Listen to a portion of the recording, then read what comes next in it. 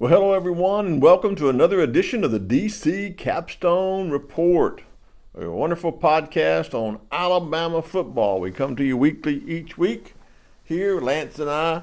Hope you enjoy our podcast. We thank you for tuning in. We look forward to this each and every week, and we also remind you to check out Lance's other sites, RollTideBama.com and FreelancePictures.com, as well as our DC Capstone Report Facebook page and our DCCapstoneReport.com as well. Well, what a game. What a game. We're coming off a victory against our rival, the Auburn Tigers, 24-22 in a 4-overtime victory, a thrilling victory by the Alabama Crimson Tide that keeps our hopes alive for another national championship. Today on the podcast, in the first segment, we're going to review that game against the Auburn Tigers. In our second segment, we're going to take a look at our players from the game. And then our third and final segment, we're going to preview that matchup that everyone's wanted to talk about against the Georgia Bulldogs for the SEC Championship.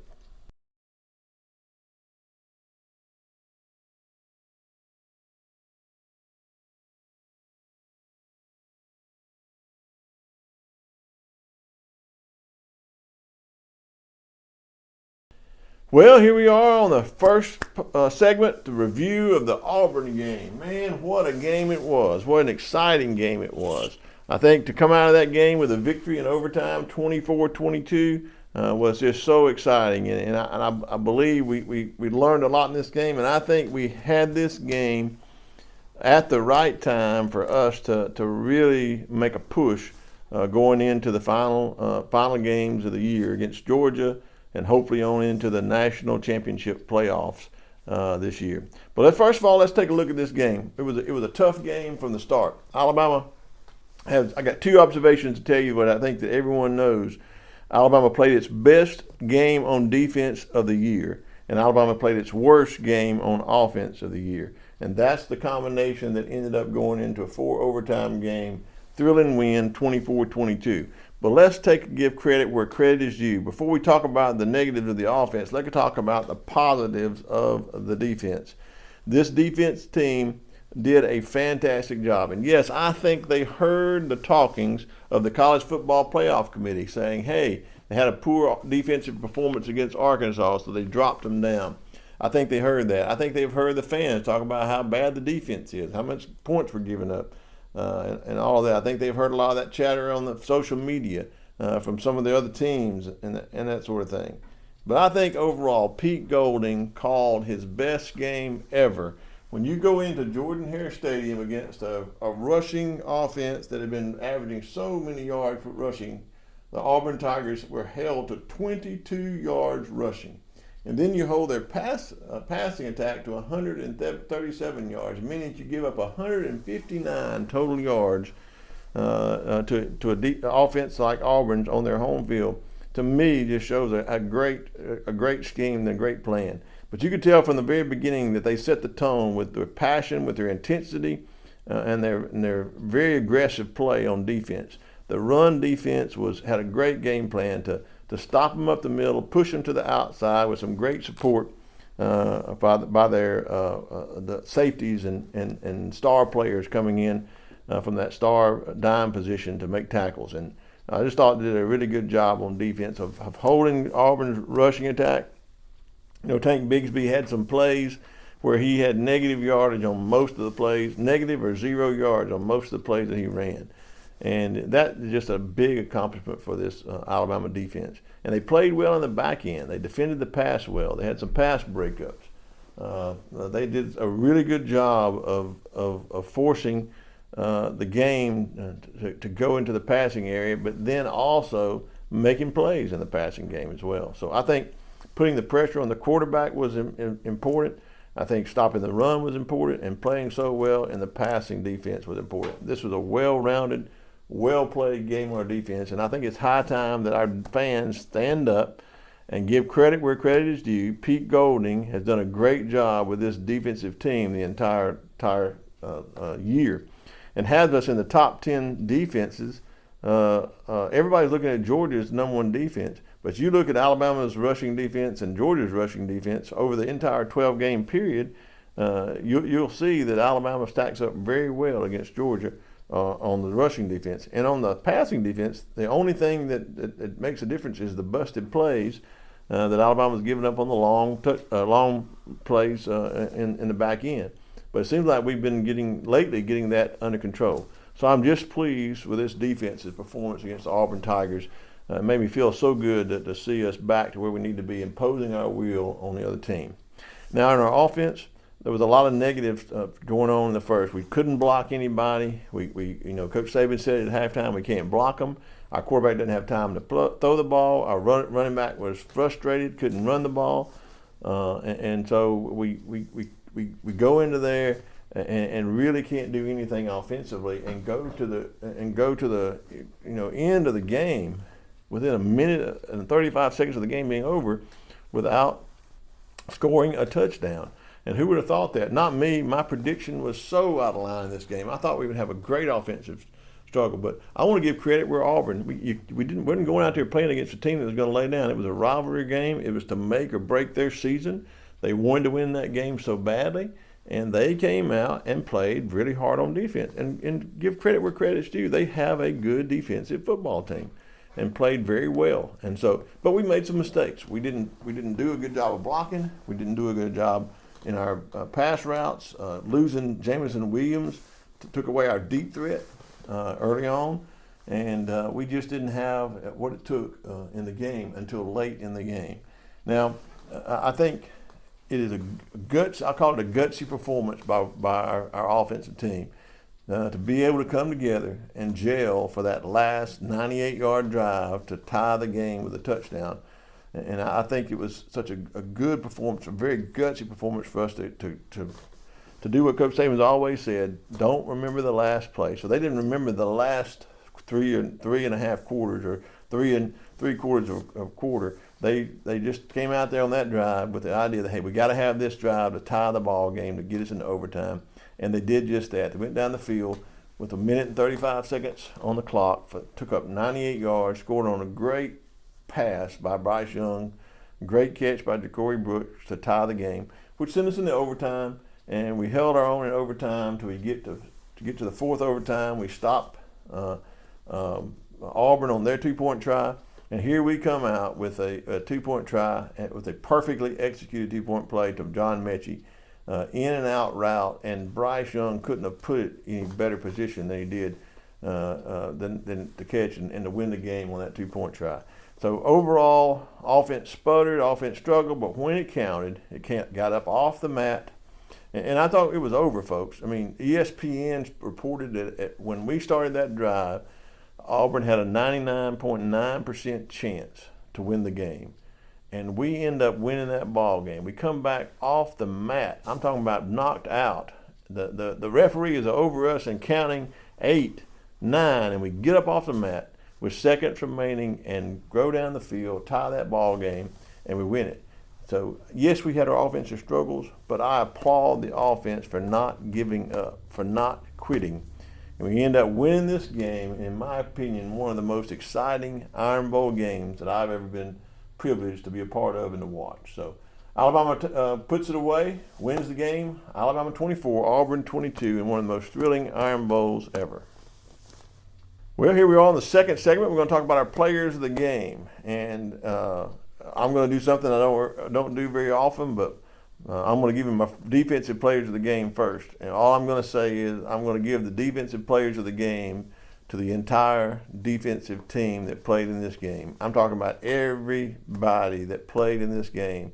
Every one of them were a difference maker in this game. Every defensive player played their hearts out in this game and held Auburn to 22 yards rushing and 137 yards passing, and when it counted, made the plays in the back end to break up the 2-point conversion. So from our defensive backs, our cornerbacks, our safeties, our inside linebackers, our outside linebackers, and our defensive linemen, every one of them, in my opinion, deserved to be the defensive player of this game.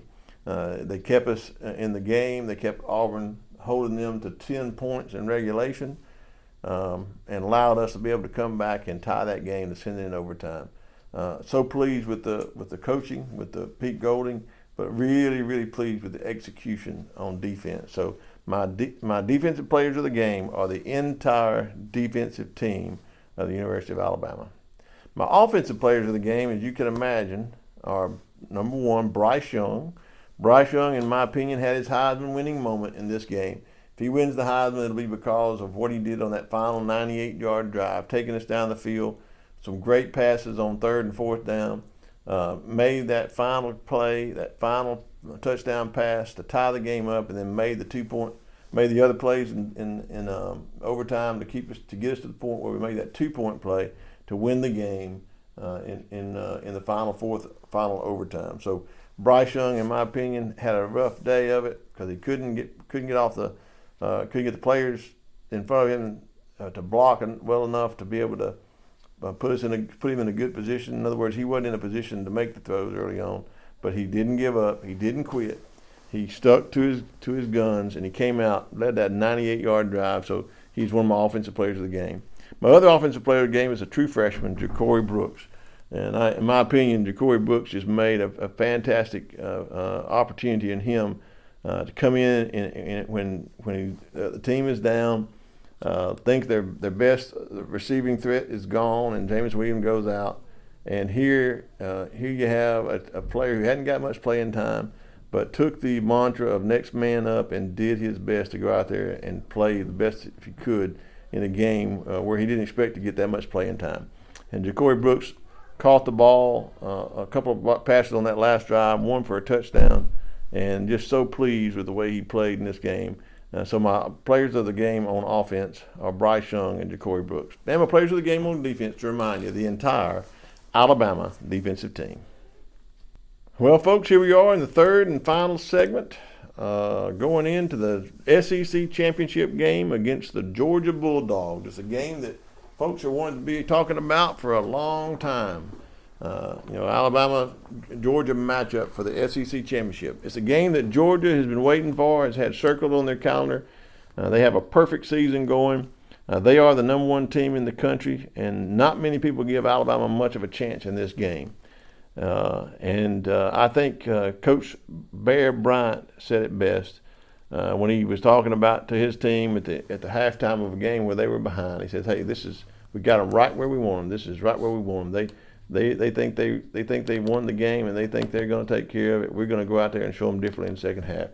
And I think that's where we got the Georgia team. We got them right where we want them. They've been told they're the best. They told that this is their season. And I believe that they're going to go out there and they're going to play to the utmost best level they possibly could play. And we're going to get their best game in the SEC championship game. But I think Alabama is at a point where they have come off an emotional victory. And normally you'd have a letdown off an emotional victory after your rival. But I think that game gives Alabama confidence. Number one, confidence in their defense. And number two, confidence that when the game's on the line, you want the ball in number 9's hands because he's going to do the best he can to get you in a position to win the game. So I feel like that we have a shot in this game. I'm not like all the media pundits or all the so-called Alabama fans that says we might as well go ahead and give up. I'm not one of those. I think we have a shot in this game. So I want to lay out for you what I believe we have to do. What is it that we have to do to win this game against Georgia? Well, first of all, I think Alabama has to go out and on defense, we've got to stop the run. I think we've showed in the game against Auburn we could do just that. I think we go out and we try our best to stop the run very early in this game. If we can do that against the Georgia Bulldogs, it puts us right in the position that we need to be in to make a difference for us in this game. So our number one goal is to go out and stop the run. How do we do that? We do it similar as we did against Auburn. We want to make sure we make the push in the middle to stop the running up the middle and push Georgia to the outside and allow our outside linebackers, our inside linebackers, and our safeties to come up and make the plays. So if we can do that, if we can do that and get Georgia in a more passing game, then I think it really sets us up to have a good opportunity to win the ball game. If you want to see this happening, kind of unfold. You can see it as it unfolds against how it unfolded in the game against Auburn. I believe you can see us do the same thing or similar thing against Georgia.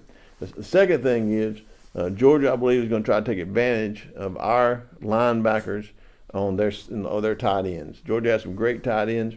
They have an opportunity to play in this game and make a big difference in their passing game by throwing to their tight ends, and that is going to be they perceive that to be a weakness. So we're going to have to up our game to stop their tight end passing game. If we can stop their run and shut down their tight end passing game, then they're going to have to rely on their quarterback to make plays with his arm by throwing to his wide receivers, and I believe that puts us in a most better position to win. So on defense, we have to stop the run, and we got to stop their tight end passing game. Then what does that allow us to do? That allows us to put pressure on the quarterback. If we can get them in third and long situations where they couldn't run the ball, they didn't hit their tight end, then that puts them in a long third and long where they have to maintain their protection long enough to get the ball down the field. If we can put them in third and long situations, we can get pressure on the quarterback. I believe we can put them in a position to make some mistakes. Stetson Bennett's played Alabama before. He knows how difficult it is, how tough it is to play Alabama. He knows Will Anderson Jr. is going to be coming at him. And I believe that they go in there and put the pressure on him. He has the ability to make some mistakes. So on offense, what do we need to do? Well, I think on offense, we need to come out and we don't need to give up on running the ball. Georgia has a great run defense.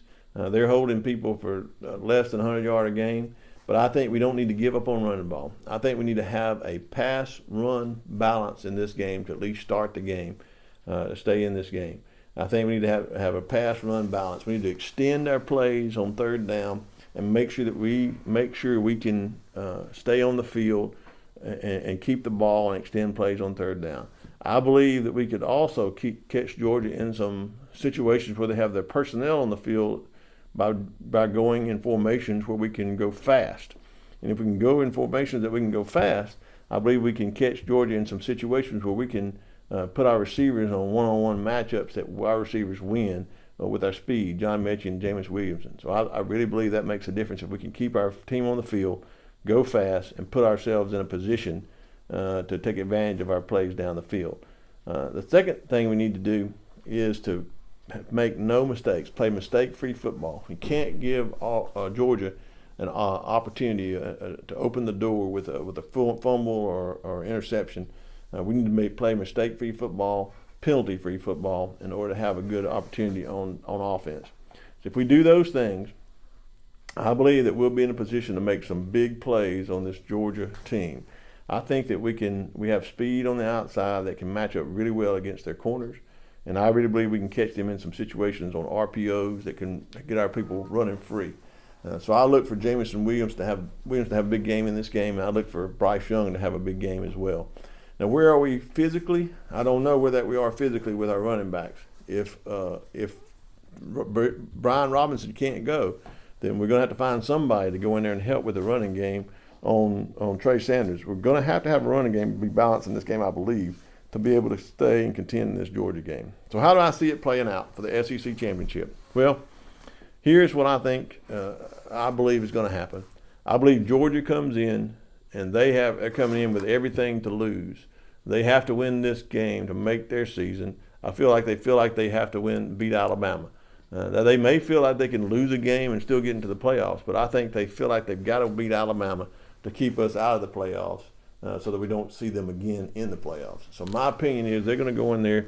They're going to be told they're the best. They're going to be told that they've got to going to win this game. They've got a better team. And if we can go in and show any kind of movement, if we can get any movement on our defensive line, get any movement on our offensive line, and let them know right away that we're not going away, that we're coming there playing, I believe Georgia will press. They will play nervous, and I believe that they'll make mistakes in this game that will cost them.